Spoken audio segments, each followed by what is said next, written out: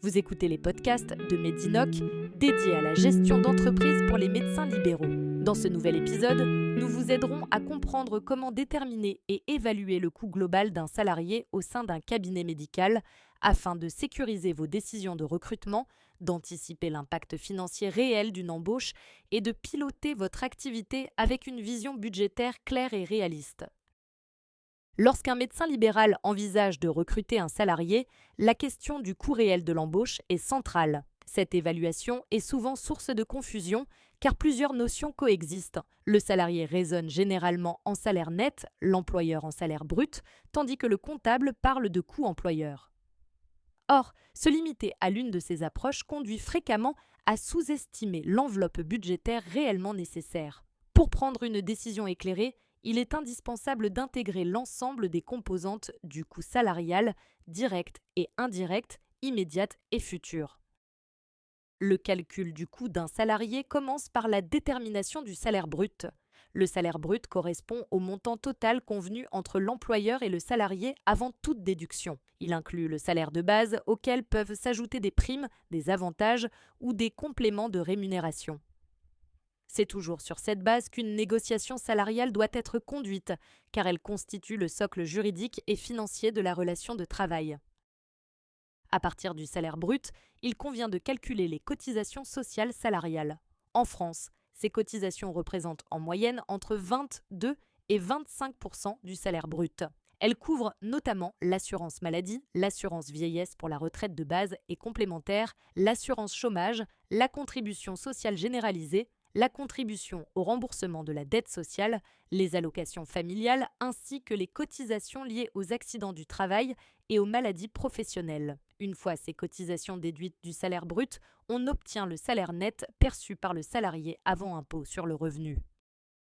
Il est important de rappeler que l'impôt sur le revenu ne doit jamais être intégré dans le calcul du coût salarial pour l'employeur. Depuis l'instauration du prélèvement à la source en janvier 2019, l'impôt est prélevé directement sur le salaire net, mais il dépend exclusivement de la situation personnelle du salarié. Son montant varie en fonction de paramètres sur lesquels l'employeur n'a aucune maîtrise.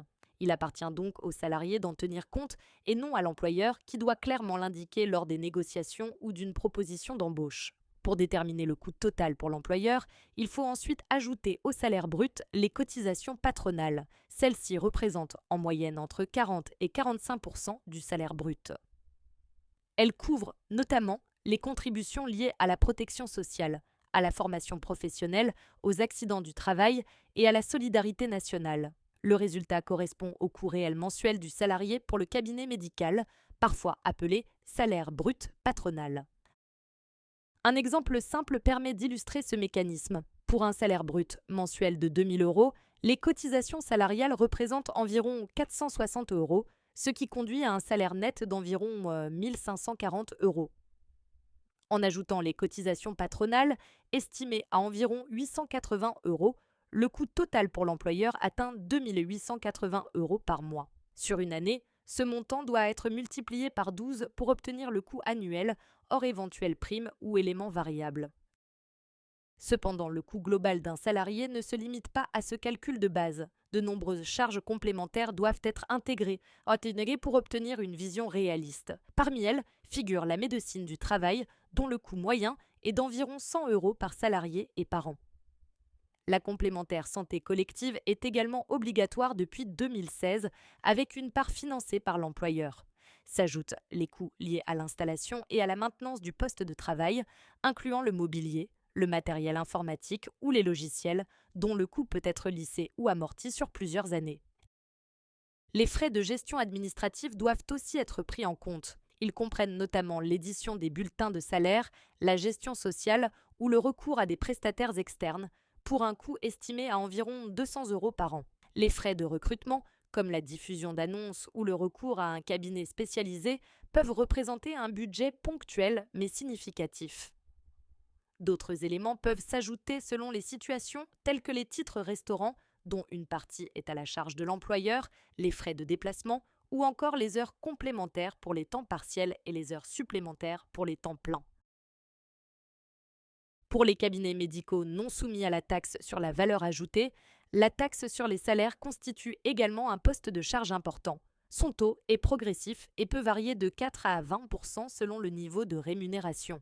Cette taxe doit impérativement être intégrée dans l'évaluation du coût global. Au-delà des charges immédiates, il est essentiel d'anticiper l'évolution du salaire dans le temps. Les revalorisations peuvent être imposées par la convention collective des cabinets médicaux, par des accords de branche ou par des dispositions réglementaires. Elles peuvent aussi être décidées par l'employeur pour valoriser l'implication d'un salarié, maintenir son pouvoir d'achat ou renforcer sa fidélisation, notamment dans un contexte de marché du travail tendu ou d'inflation élevée. Projeter l'évolution d'un salaire sur plusieurs années permet d'éviter des situations de blocage ou des départs non anticipés.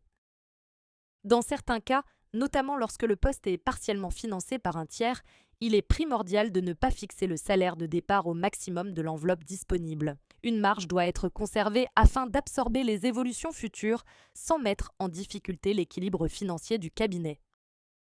Enfin, il existe des leviers complémentaires permettant de fidéliser un salarié tout en maîtrisant les charges. Parmi eux figure la prime de partage de la valeur, dispositif facultatif permettant de verser une prime bénéficiant d'un régime social et fiscal avantageux sous certaines conditions.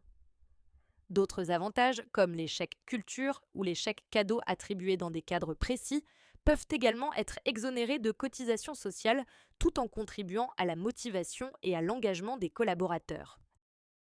Voici une synthèse des points principaux à retenir.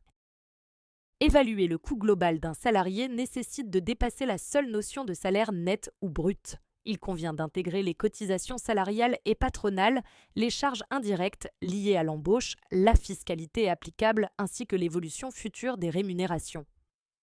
Anticiper ces éléments et mobiliser des leviers de rémunération complémentaires permet au médecin libéral de recruter de manière sécurisée, durable et cohérente avec l'équilibre économique de son cabinet. Nous espérons que ces quelques conseils pratiques vous seront utiles. Retrouvez l'ensemble de nos outils sur notre site internet medinoc.org.